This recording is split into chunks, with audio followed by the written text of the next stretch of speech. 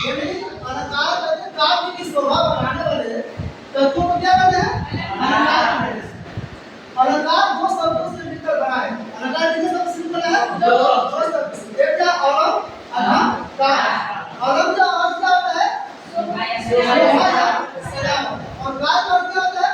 करने वाला। यानी जो व्यक्ति करने वाला होता है, यानी जो श्रृंगार कर रहा है व्यक्ति, वो सुंदर लगने के हम क्या करते हैं? सुंदर लगने के गाना पहनते हैं, कपड़ा पहनते हैं, अपने सोलो श्रृंगार करते हैं। वो एक स्त्री होती है, अपने सोलो श्रृंगार में आती है, कितनी सुंदर लगती है। वही शादी से पहले कैसे लगती है? अच्छा नहीं लगती है, लेकिन शादी के बाद वो सोलो श्रृंगार करती है तो बहुत सुंदर लगती है। उसी तरह से काव्य में भी है, यदि अलंकार के माध्यम से काव्य की हम शोभा बढ़ाते हैं, शब्दों के माध्यम से, वर्णों के माध्यम से, ठीक है? इसको हम लोग क्या बोलते हैं? शोभा बढ़ाते हैं काव्य की। यानी वो शोभा या सजावट का कार्य करने वाला, यानी अलंकार के प्रकार। उसके बाद होता है अलंकार के प्रकार। अलंकार के 3 प्रकार होते हैं। पहला शब्दालंकार, दूसरा है अर्थालंकार, तीसरा उभयालंकार।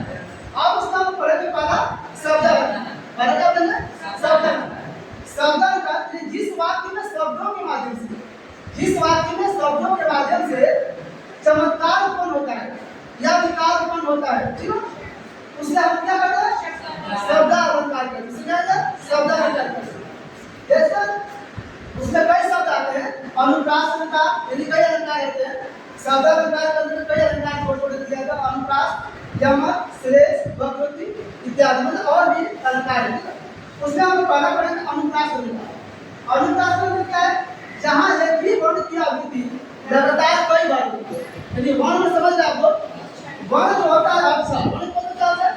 जैसे मान लीजिए कि यहाँ पर घिस दिया है तो हमारा वर्ण का स हो गया, वर्ण ज हो गया। उसी प्रकार से हम वर्णों की आवृत्ति होती है, इसे क्या कहते हैं? अनुप्रास अलंकार कहते हैं। जहाँ एक ही वर्ण की आवृत्ति, तो हम लोग देखेंगे उदाहरण में कि जय जय भारत भूमि भवानी, अमरों ने भी तेरी महिमा बारंबार बखानी।